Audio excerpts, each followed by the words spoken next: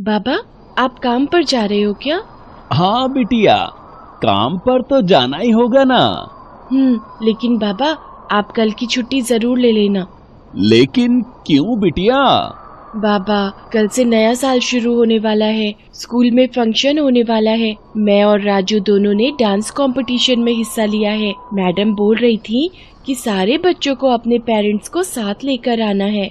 हाँ बिटिया, मैं कोशिश करूँगा।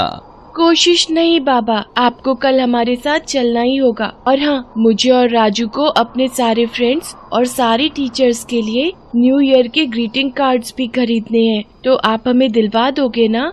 हाँ, अभी मैं चलता हूँ बिटिया, पहले ही देर हो गई है। जगदीश मसूरी के एक बड़े होटल में सिक्योरिटी गार्ड था। उसकी पत्नी ममता अब इस दुनिया में नहीं थी। रूही और राजू की जिम्मेदारी वो बड़ी मुश्किल से निभा रहा था। जगदीश खुद पढ़ा लिखा नहीं था, लेकिन उसने अपने दोनों बच्चों की पढ़ाई नहीं रुकने दी। गरीब कोटे के तहत उसने अपने दोनों बच्चों का एडमिशन शहर के एक अच्छे स्कूल में करवा रखा था। उस दिन होटल पहुंचने के बाद जगदीश होटल मालिक से, राम राम साहब। ओफो जगदीश, तुमसे कितनी बार कहा है, थोड़ा बदलो खुद को। तुम मसूरी के सबसे मशहूर और हाई क्लास होटल में काम करते हो। ये राम राम क्या होता है, हैं? गेस्ट से भी ऐसे ही बात करते हो क्या तुम? गुड मॉर्निंग बोलना कब सीखोगे तुम? माफ कीजिएगा साहब, गुड मॉर्निंग।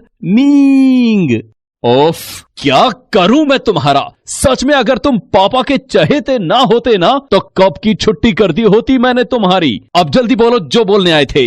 साहब, वो कल मुझे मेरे बच्चों की स्कूल जाना है, तो कल की छुट्टी चाहिए थी और कुछ एडवांस पैसा भी मिल जाता तो बड़ी मेहरबानी हो जाती साहब। नया साल है तो सोच रहा था कि बच्चों को कुछ। अच्छा, नया साल क्या सिर्फ तुम्हारे लिए ही आने वाला है क्या? देख नहीं रहे, होटल में सारे कमरे ऑलरेडी बुक हो चुके हैं। कल न्यू ईयर सेलिब्रेशन के लिए बड़ा इवेंट है, और ऐसे में तुम छुट्टी के बारे में सोच भी कैसे सकते हो? और रही बात पैसों की, तो कुछ दिन रुक जाओ तुम। एक बार ये न्यू ईयर निपट जाए, फिर तुम्हारा पूरा हिसाब ही करने वाला हूँ मैं। मुझे अपने होटल में स्मार्ट और एक्टिव लोगों की जरूरत है, तुम्हारे जैसे ढीले ढाले लोगों की नहीं। इतना कहकर होटल का मालिक अभिरंजन वहाँ से चला जाता है। मायूस जगदीश जाकर होटल के गेट पर खड़ा हो जाता है और हर आने जाने वाले को सल्यूट करने लगता है। होटल में वाकई बहुत भीड़ थी। दूर दूर से लोग न्यू ईयर सेलिब्रेट करने मसूरी आ रहे थे। ऐसे में होटल में एक भी कमरा खाली नहीं था। हर तरफ रौनक और खुशी का माहौल था। लेकिन इस सब के बीच जगदीश इसी सोच में डूबा था कि घर जाकर बच्चों से क्या कहेगा। ऐसे ही पूरा दिन गुजर गया और शाम हो गई। जगदीश की शिफ्ट पूरी होने वाली थी। वो घर जाने वाला था कि अचानक उसकी नजर होटल के गेट से थोड़ी ही दूर खड़े 3 लड़कों पर पड़ी जो एक लड़की के साथ थे। वहाँ 3 लड़के थे जो एक लड़की से बहुत बुरा बर्ताव कर रहे थे। ए मिनी, तू अब ज्यादा नाटक मत कर। अगर इतने ही नखरे थे तेरे तो तुझे पहले बताना चाहिए था। क्या बताना चाहिए था मुझे? अरे बताना तो तुम ही चाहिए था मुझे कि न्यू ईयर सेलिब्रेशन के नाम पर तुम लोगों को ये सब करना है। मुझे तो लगा था सब मिलकर न्यू ईयर पार्टी सेलिब्रेट करेंगे, साथ में घूमेंगे फिरेंगे। पर तुम लोग तो छी। मैं जा रही हूँ वापस, मुझे नहीं रहना तुम लोग के साथ। मिनी अपने कॉलेज के दोस्तों के साथ न्यू ईयर सेलिब्रेट करने मसूरी आई थी।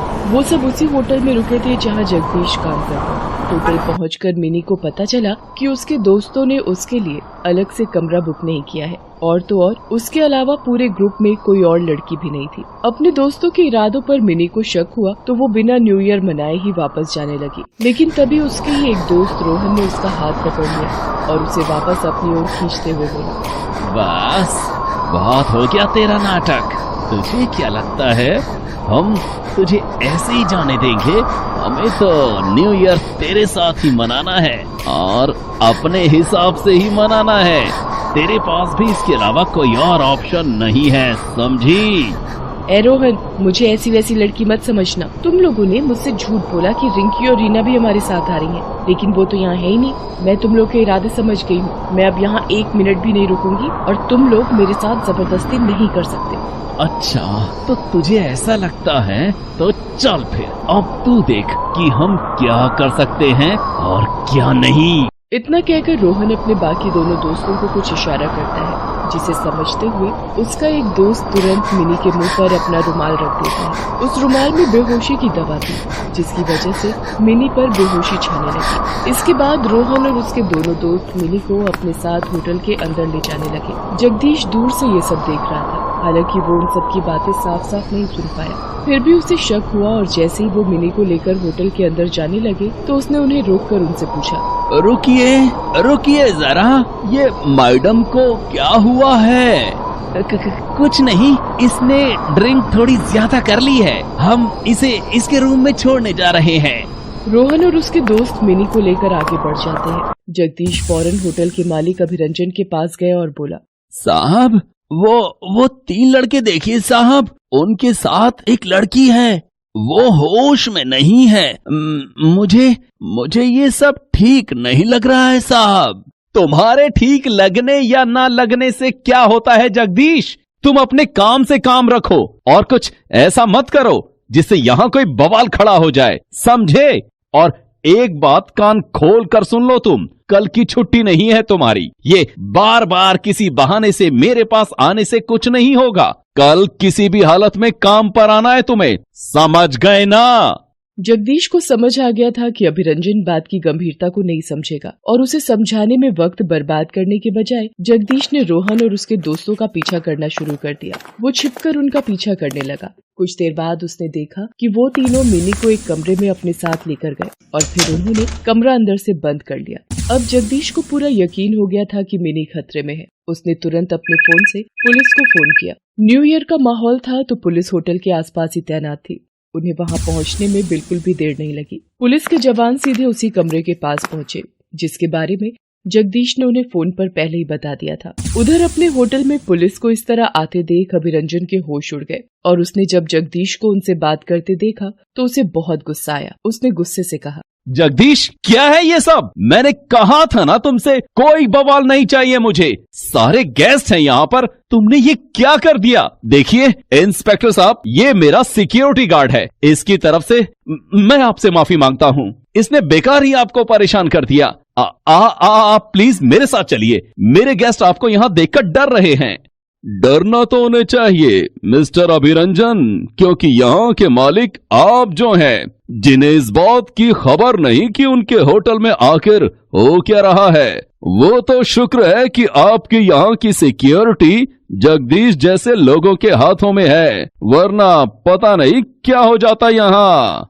अभिरंजन कुछ और जान पाता इससे पहले ही पुलिस के जवान कमरे के अंदर से रोहन और उसके दोस्तों को पकड़कर बाहर ले आते हैं और एक महिला कांस्टेबल मिनी को बाहर ले आती है। मिनी पूरी तरह से होश में तो नहीं थी, लेकिन फिर भी उसने जिस तरह से जगदीश के सामने हाथ जोड़े, उसे देखकर सारा माजरा अभिरंजन को समझ आ गया। पुलिस वहाँ से चली गई। मिनी अब सुरक्षित थी और अभिरंजन शर्मिंदा। उसे अपनी गलती का एहसास हो गया था। वो हाथ जोड़कर जगदीश से बोला, मुझे माफ कर दो जगदीश, मुझे तुम्हारी बात सुननी चाहिए थी। आज अगर तुम ना होते तो मेरे होटल के नाम पर ऐसा धब्बा लगता जिसे मैं कभी साफ नहीं कर पाता। नहीं साहब, ऐसा मत कहिए, ये तो मेरा फर्ज था। मेरी भी एक बेटी है और ये होटल जितना आपके लिए अहमियत रखता है उतना ही खास मेरे लिए भी है। आखिर यहीं से तो मेरा घर चलता है। आप मुझ पर भरोसा कर सकते हैं। मैं कभी भी इस होटल का नाम खराब नहीं होने दूंगा, चाहे जो हो जाए। जगदीश की बात सुनकर अभिरंजन मुस्कुराता है और फिर कहता है, लेकिन फिर भी मैं तुम्हें कल की छुट्टी तो नहीं दे पाऊंगा जगदीश। हाँ, तुम देर से जरूर आ सकते हो। बच्चों के स्कूल जाना उनके साथ और फिर उन्हें लेकर आना कल की न्यू ईयर पार्टी में। वो भी तो होंगे हमारे स्पेशल गेस्ट। जगदीश का चेहरा खिल उठा था क्योंकि अब वो जानता था कि उसके बच्चों के चेहरे भी खिलने वाले थे। नए साल पर बहुत कुछ नया होने वाला था उनके साथ। हेलो दोस्तों, कैसे हैं आप सब? हमारी कहानियाँ देखने के लिए हमारे चैनल को सब्सक्राइब कीजिए और हाँ, बेल आइकॉन पर क्लिक करना मत भूलिएगा।